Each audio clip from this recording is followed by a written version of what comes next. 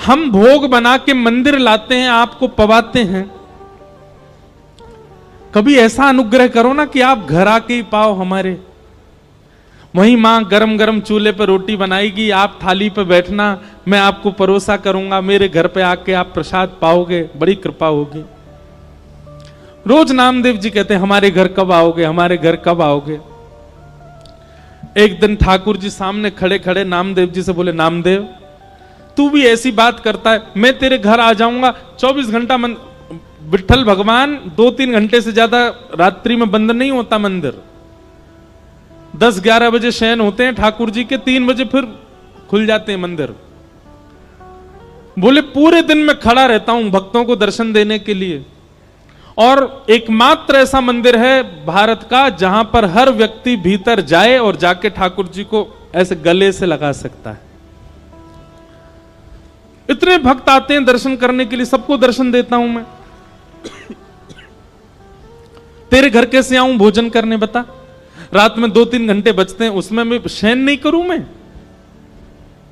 और मैं तेरे घर आऊंगा दर्शन प्रसाद पाने, यहां मंदिर में कौन रहेगा? नामदेव जी बोले बस इच्छा थी कि आप कभी हमारे घर आओ दर्शन देने, प्रसाद पाने। तो नामदेव जी से भगवान बोले, अच्छा नामा सुन, एक काम कर। बोले क्या? एक दिन तू मेरी जगह खड़ा हो जा विठ्ठल बन के, मैं तेरे घर प्रसाद पाऊंगा। नामदेव जी बोले ये कैसे संभव? बोले सब संभव है, मैं श्रृंगार करूंगा तेरा, कोई पहचान ही नहीं पाएगा कि नामदेव खड़ा है, सबको लगेगा कि ये तो पंडरीनाथ है। बस 2-3 बातों का ध्यान रखियो। नामदेव जी बोले क्या? बोले पहले मेरी जगह आ। रात्रि में शयन जैसे ठाकुर जी का हुआ, नामदेव जी को ठाकुर जी ने छुपा लिया गर्भगृह में, सब चले गए। ठाकुर जी अपने स्थान से उतर गए, नामदेव जी को खड़ा किया। बोले खड़े हो जाओ, कमर पर हाथ रख लो। ठीक है। बोले अब ध्यान रखना, पहली बात तो आंख बंद रखना, खोलना नहीं, मैं ऐसे ही खड़ा रहता हूं। ठीक है। दूसरी बात, सुबह 3 बजे पुजारी जी आएंगे और तुमको नींद आ रही होगी बहुत जोर से, वो घंटे घड़ियाल बजाएंगे जोर जोर से, तो घंटे घड़ियाल सुनकर के तुम्हारी नींद खुलेगी, आंख मत खोल लेना, बंदी रखना। और फिर उसके बाद वहां मंगला आरती को वहां बोलते हैं काकड़ा आरती। कौन सी आरती? मंगला आरती को बोलते काकड़ा आरती। तो मंगला आरती जब होगी, आरती के बाद तुम्हारे ऊपर ठंडा ठंडा दूध डाला जाएगा, तुम्हारे ऊपर दही डाली जाएगी, शहद डाला जाएगा, जल डाला जाएगा। उससे ठिठर मत जाना, खड़े रहना स्थिर होके। नामदेव जी बोले अच्छा। फिर बोले काकड़ा आरती के बाद माखन मिश्री मिश्रित करके तुम्हारे मुख से लगाई जाएगी, उसको खा मत जाना, भूख तो बहुत लगेगी तुमको, मुंह में पानी भी आएगा, उसको लगे रहने देना, चाट मत लेना उसको। कहीं तुमने चाट लिया तो सब समझ जाएंगे नामदेव, खूब पिटाई होगी तुम्हारी। जी भगवान। इतने भक्त आएंगे दर्शन करने के लिए, और सब आकर के तुम्हारे पैरों को ऐसे पकड़ करके अपना सिर रखा करेंगे। कोई रोएगा, कोई चिल्लाएगा, कोई अपना दुख बताएगा, कोई अपना दर्द बताएगा। सबकी बातें सुन लेना, पूरी मत करना, क्योंकि एक की पूरी करी तो सबकी करनी पड़ जाएंगी। वो सब विधान कर्म का है, सब अपने कर्म से सब भोग लेंगे, पालेंगे, वो सब मैं कर लूंगा व्यवस्थित, तुम मत कर देना। नामदेव जी तो उतरने लगे, जय जय मत आओ भोजन करने, आप खड़े ही हो जाओ। ठाकुर जी बोले नहीं अब तो मैं जाऊंगा, अब तू खड़ा रहे यहीं पे। और नामदेव जी को खड़ा करके भगवान ने उनके अंग का स्पर्श किया, बिल्कुल ऐसे खड़े हो गए जैसे विठ्ठल भगवान। ठाकुर जी बोले अब खड़ा रहे, मैं जा रहा हूं तेरे घर। और श्री पंडरीनाथ भगवान पीतांबरी पहने, कस्तूरी की अद्भुत सुगंधी आ रही है, कटाक्ष नेत्र मकराकृत कुंडल पहने हैं, और छम छम चलते हुए नामदेव के घर पहुंच गए। नामदेव की मैया से बोले मैया भोजन पवाओ। पहले तो बहुत रोई, स्वागत किया, लिपट गई ठाकुर जी से। मैया बोली नामा गया था आपको लेने, वो कहां है? ठाकुर जी बोले वो व्यस्त है, हमारी जगह खड़ा है मंदिर में। मैया जल्दी भोजन पवाओ। और नामदेव जी की माता जी खूब प्रेम से रोटी बना बना के पवा रही हैं। वहां नामदेव जी खड़े चुपचाप और मन में सोच रहे हैं निमंत्रण मैंने दिया था, सुख मां को मिल रहा है पूरा, इतने में ही पुजारी आ गए, घंटे घड़ियाल बजने लगे, जोर जोर की घंटों की आवाज सुन के नामदेव जी घबरा गए, पर तुरंत स्थिर हो गए, हिलना नहीं है। ठाकुर जी कह के गए, कपाट खोले, बोल पंडलीक वरदे श्री हरि विठ्ठल ज्ञान देव तुकाराम श्री पंडरीनाथ भगवान की। सब जय जयकार करने लगे। नामदेव जी स्थिर खड़े हैं, अभिषेक हुआ, मुख पे मक्खन लगा दिया, सब काम जो जो ठाकुर जी बता गए सब हुआ। जैसी काकड़ा आरती होने लगी तो पंडरीनाथ भगवान नामदेव जी के घर बैठे थे। घर बैठे बैठे ठाकुर जी के मन में आया, मैया चलो नामा से मिलके आते हैं। और एक काली सौल ठाकुर जी ने ओढ़ी, सिर के ऊपर डाल ली, अपना रूप छुपा लिया कि किसी को दिखूं ना। और भक्तों की पंगत में लंबी लाइन में ठाकुर जी खड़े हैं अपने भक्त को देखने के लिए। जैसे ही ठाकुर जी भीतर पहुंचे और अपनी ब्रह्म वेदी पर जब नामदेव को खड़ा हुआ देखा, ठाकुर जी दूर से बलैयां लेने लगा, आहा नामा कितना अच्छा लग रहा है, कितना प्यारा लग रहा है मेरा नामा। ठाकुर अब वहां सब गर्भगृह में जाते हैं। जैसे ही ठाकुर जी गर्भगृह में पहुंचे, कंबल उम्बल में ढक के गए थे। नामदेव जी को पता चल गया ठाकुर जी आए हैं। ठाकुर जी मनी मन नामदेव से बात कर रहे हैं, बोले नौच लूं तुझे? नामदेव कह रहे नहीं नहीं भगवान, मैं उछट जाऊंगा, पुजारी पकड़ लेंगे मुझको।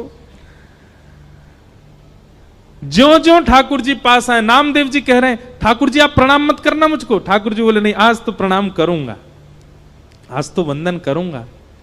और ठाकुर जी जाकर के नामदेव के चरणों से लिपट जाते हैं। नामदेव जी के नेत्रों से अश्रुपात होने लगे। बोले नाथ, हम एक कृपा की आकांक्षा करते हैं, आप इतना भंडार क्यों लुटा देते हैं? ठाकुर जी बार बार रोम रोम की बलैया नामदेव की लेते हैं।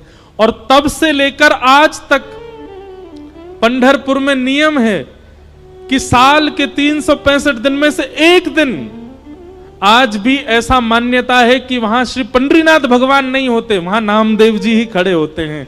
और सुनो बात तो सुनो पूरी, एक दिन वहां नामदेव जी खड़े होते हैं और सब पुजारी और मंदिर प्रशासन के लोग सब दर्शनार्थियों को प्रणाम करते हैं, क्योंकि दर्शनार्थियों के अंदर ही, दर्शनार्थियों के रूप में ही रूप बदल करके पंडरीनाथ दर्शन करने आते हैं नामदेव जी का।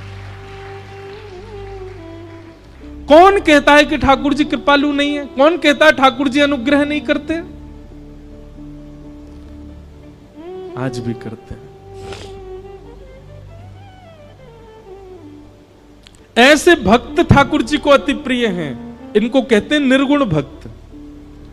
आप कहेंगे नामदेव जी ने ऐसी क्या निर्गुणता थी? सुनिए, आज भी आप जाएंगे पंढरपुर में तो पंढरपुर का जो मुख्य द्वार है पंडरीनाथ भगवान का, वहां आप जाकर के देखेंगे तो श्री नामदेव जी महाराज की समाधि पता है कहां है? मंदिर की जो सीढ़ियां हैं चढ़ने वाली, उन सीढ़ियों में नामदेव जी की और पूरे परिवार की समाधि है। नामदेव जी का भाव है, आज से लेकर के जब तक पंडरीनाथ भगवान विराजे रहेंगे, हमारी इच्छा है जितने दर्शनार्थी आए हमारे ऊपर होकर के पंडरीनाथ का दर्शन करने जाएं, सबकी चरण रज हमको प्राप्त हो। फिर बाद में कुछ राजाओं ने और मंदिर प्रशासन ने उस स्थान को बंद कर दिया। बोले हमको पीड़ा होती है जब नामदेव जी के ऊपर पैर रख करके हम लोग दर्शन करने जाते हैं। पर नामदेव जी आज भी वहां पौड़ी में सिड्डियों के भीतर नामदेव जी की समाधि है, बैठे हैं ठाकुर जी।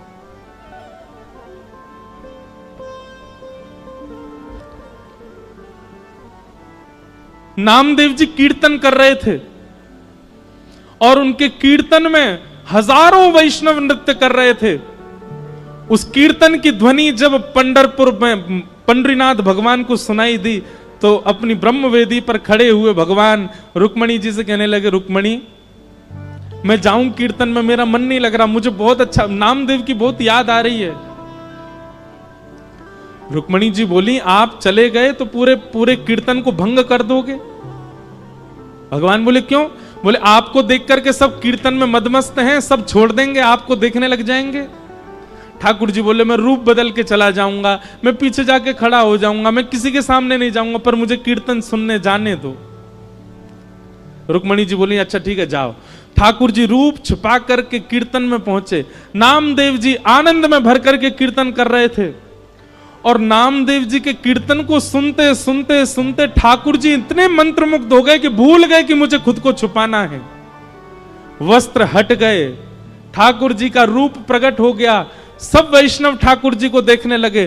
ठाकुर जी उछल उछल करके नृत्य करते करते करते करते बीच बीच पंडाल में आ गए और ऐसी जोर से घूम घूम करके नृत्य करने लगे। ठाकुर जी के आभूषण गिरने लगे। अरे कहां तक कहें, पीतांबरी तक उतरने लगी ठाकुर जी की, नामदेव जी का कीर्तन सुन के। इतना प्रेम करते हैं ठाकुर जी अपने वैष्णवों से। ऐसे भक्तों को क्या कहते हैं? निर्गुण भक्त। तो मैं निवेदन कर रहा था, निर्गुण भक्त ठाकुर जी को प्रिय क्यों है? सालोक्य, साष्टी, सामिप्य और चौथी भक्ति का नाम क्या बताया था? सारूप्य। अपना रूप प्रदान कर देते हैं ठाकुर जी। और पांचवी मुक्ति का नाम है एकत्वम। एकत्वम मतलब ठाकुर जी में ही विलीन हो जाते हैं, फिर वो सदा ठाकुर जी में रमे रहते हैं। लेकिन ठाकुर जी कहते हैं, मां मेरे निर्गुण भक्त तो इतने त्यागी होते हैं, इतने इतने इतने प्रेमी होते हैं कि मैं पांचों मुक्ति भी उनके सामने प्रस्तुत करता हूं तो दिए मान न ग्रहणंती। वो पांच मुक्ति भी नहीं मांगते, नहीं चाहिए। तो क्या चाहिए उनको? केवल अपने अपने अपने अंग वस्त्र को पसार करके मुझसे केवल एक ही बात कहते हैं, क्या? बोले, नाथ जन्म जन्म दीजो याहि ब्रज बसे वो, जन्म जन्म दीजो याहि ब्रज। हे नाथ, मैं हर बार जन्म लूं और हर बार जन्म लेकर के आपका दास ही बनूं, आपके ब्रज में जन्मूं। हर बार जन्म लेकर के आपका तिलक लगा के घूमा करूं, गले में कंठी माला पहनूं। हर बार जन्म लेकर के कथा सुना करूं और दोनों भुजा उठा करके उसमें नृत्य किया करूं। नाथ, देना है तो ऐसा वरदान दे दो कि मेरा हर बार जन्म हो और मैं हर बार आपका दास बना करूं।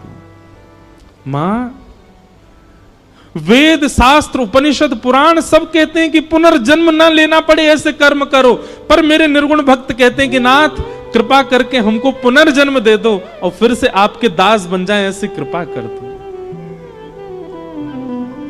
आपको भजना हमारी संपत्ति है, आपको याद करना हमारी संपत्ति है। आपकी याद में रोना बिलखना, आपकी कथा सुनना, इसमें हमको बहुत सुख मिलता है नाथ। अरे और किसी की क्या बात, पंचमुखी श्री हनुमान जी महाराज, यह भी निर्गुण भक्त हैं। जब प्रभु श्री राम अपनी लीला पूरी करके जाने लगे, हनुमान जी नहीं गए साकेत। राम जी से बोले, नाथ आपके साकेत में कथा होती है? राम जी बोले, जहां मैं प्रत्यक्ष बैठा हूं वहां मेरी कथा सुनने की क्या आवश्यकता है? हनुमान जी बोले, तो फिर आप जाइए साकेत, अयोध्या वालों को ले जाइए साकेत, अपने भक्तों को ले जाइए, मैं तो पृथ्वी पर ही रहूंगा और यहीं बैठा बैठा आपकी कथा सुना करूंगा। क्यों? हनुमान जी कहते हैं, संयोग में प्रेमी केवल नेत्रों को दिखाई देता है, लेकिन जब प्रेमी का वियोग होता है और प्रेमी की चर्चा सुनने जब हम कथा में जाते हैं तो नाथ रोम रोम को प्रेमी दिखाई देता है। हम तो रोम रोम से आपके होना चाहते हैं, केवल नेत्रों से नहीं।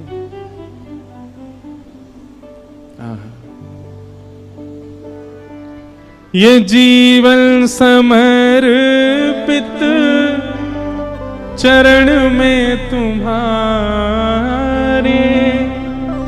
निर्गुण भक्त के ये लक्षण है।